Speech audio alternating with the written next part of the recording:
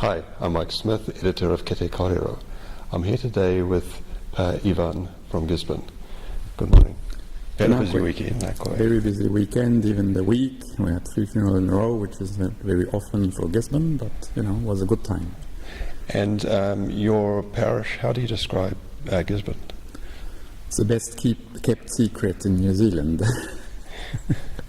No, it's a very nice parish. We've got a good community, a vibrant community, and it's good to be their shepherd. You've done a lot of work in the parish, yes, and particularly with the church building and the cross. So I wonder if you could tell me about that. Well, it starts from the fact that we had to repair the church because there was a leaky building and the whole part behind us was rotten, so we had to change the walls, we had to change the cladding, and at the same time we had to look into the layout of the liturgical space as such, and that's the result. People are happy, it works. It's the dynamic of the liturgy can unfold very nicely. On the back wall we've got a big crucifix that has been made by Michael Purban in Takapuna, Auckland, and this crucifix has been funded by Swiss funds, if you wish. I mean, nothing against Swiss, but from overseas. So you've used your initiative quite a lot, haven't you, in some of the developments? Yes, I suppose it's the privilege when you have to look after a community and then you have to look after a church. So we just made sure that everything was all right, and how we can enhance the space to be able to worship closer and deeper the one who is a mystery but a living person, who is the Lord Jesus Christ. And you've got some news for your parish today. Yes, well, I'm a fide donum priest, which means that I'm on loan to the Diocese of Hamilton, and in contract of 5 years' time, renewable.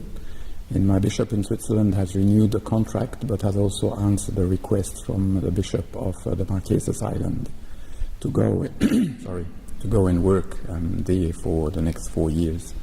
So it's going to be very soon, as I'm leaving in July and start in August in the Marquesas Island.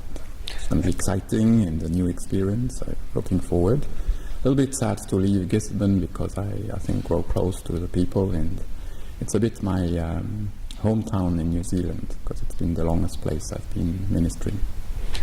There are some aspects to Gisborne and the Marquesas Islands that suit your nature, shall we say. It seemed to anyway.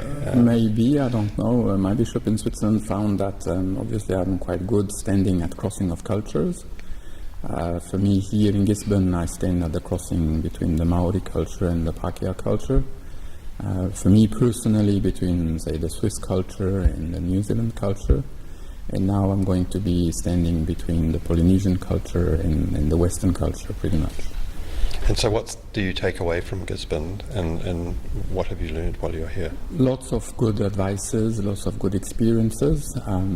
For sure the Maoridom will help me to work with the Polynesian because it's the same root. Basically they are like cousins, and so it's a good thing, and I'm grateful for that. But I will also probably take something that is very deep for me, in the sense that Gisborne has been the parish where I've been the longest serving since I'm in New Zealand, and it's a bit like my first parish in my country of adoption, since I'm a Kiwi since 2006.